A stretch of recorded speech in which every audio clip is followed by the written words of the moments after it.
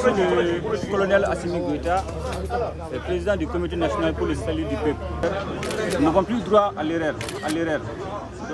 Pour certains, c'est un révolutionnaire.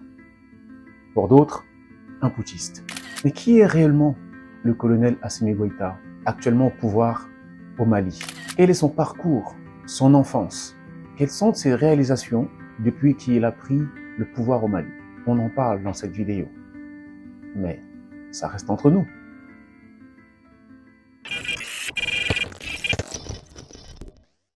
Beaucoup ont découvert le colonel Assimi Goïta après le coup d'État qu'il a porté au pouvoir. Pourtant, ce colonel, muet comme une carpe, a toujours eu des grandes ambitions pour son pays. Assimi Goïta est né le 25 mars 1983 à Kati, une ville située au sud du Mali. Il est le fils d'un officier des forces armées maliennes. Goïta a grandi dans une famille militaire.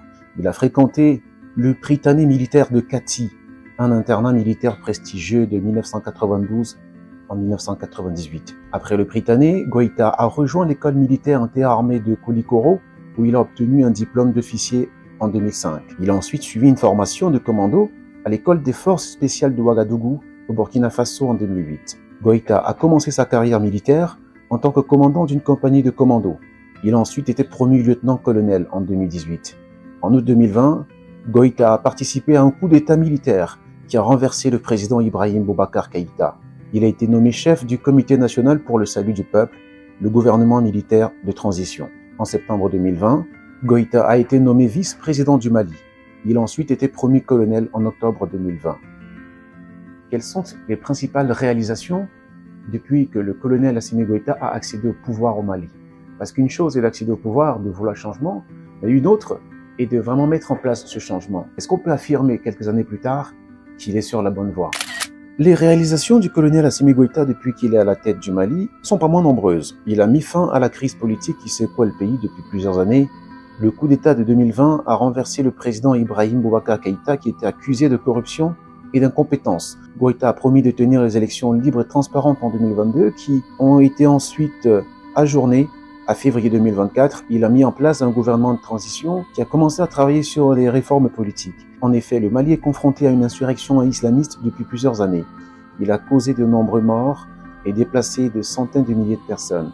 Goïta a renforcé la coopération entre les forces armées maliennes et leurs partenaires internationaux, notamment la Russie. Il a amélioré les conditions de vie des Maliens. Il a lancé un programme de développement économique social qui vise notamment à améliorer l'éducation, la santé, l'accès à l'eau potable. En matière de politique, Goïta a organisé un dialogue national inclusif en 2021 qui a permis de dégager un consensus sur les réformes à mettre en œuvre. Il a également signé un accord de paix avec les groupes armés du nord du Mali qui a permis de réduire les violences dans cette région.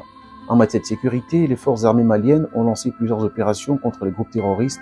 Ces opérations ont permis de neutraliser et de capturer de nombreux terroristes et de sécuriser certaines zones du pays.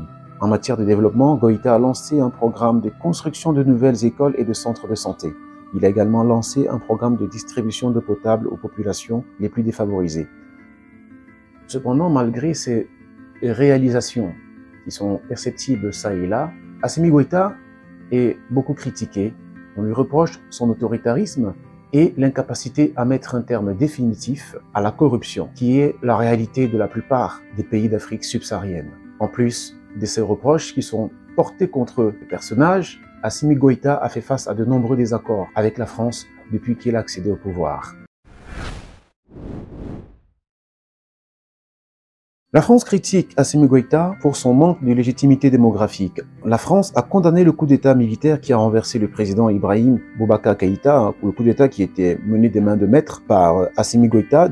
La France a suspendu son aide militaire au Mali et a appelé à un retour rapide à l'ordre constitutionnel. Goïta a prolongé la transition démographique de 12 à 18 mois. La France a critiqué cette décision, estimant qu'elle n'était pas conforme aux engagements internationaux du Mali. Le Mali est confronté, comme on disait plus haut, à une insurrection islamiste depuis plusieurs années.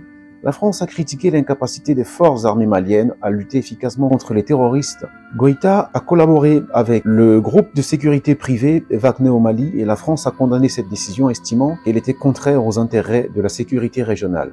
En février 2022, la France a annoncé son retrait militaire du Mali. Cette décision a été motivée par la dégradation de la situation sécuritaire au Mali, d'après la France, ainsi que par les tensions entre la France et le gouvernement malien. Ces désaccords ont conduit à la rupture des relations diplomatiques entre la France et le Mali.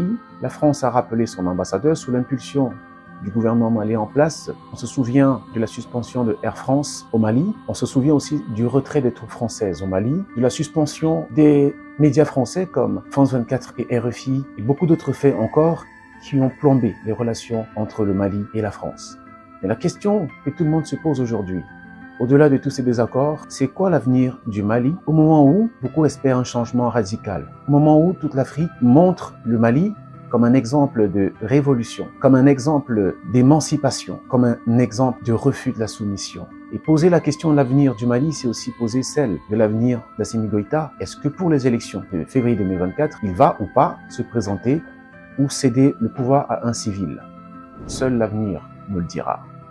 Vous savez ça maintenant, mais ça reste entre nous. Chut. Ne le dites à personne.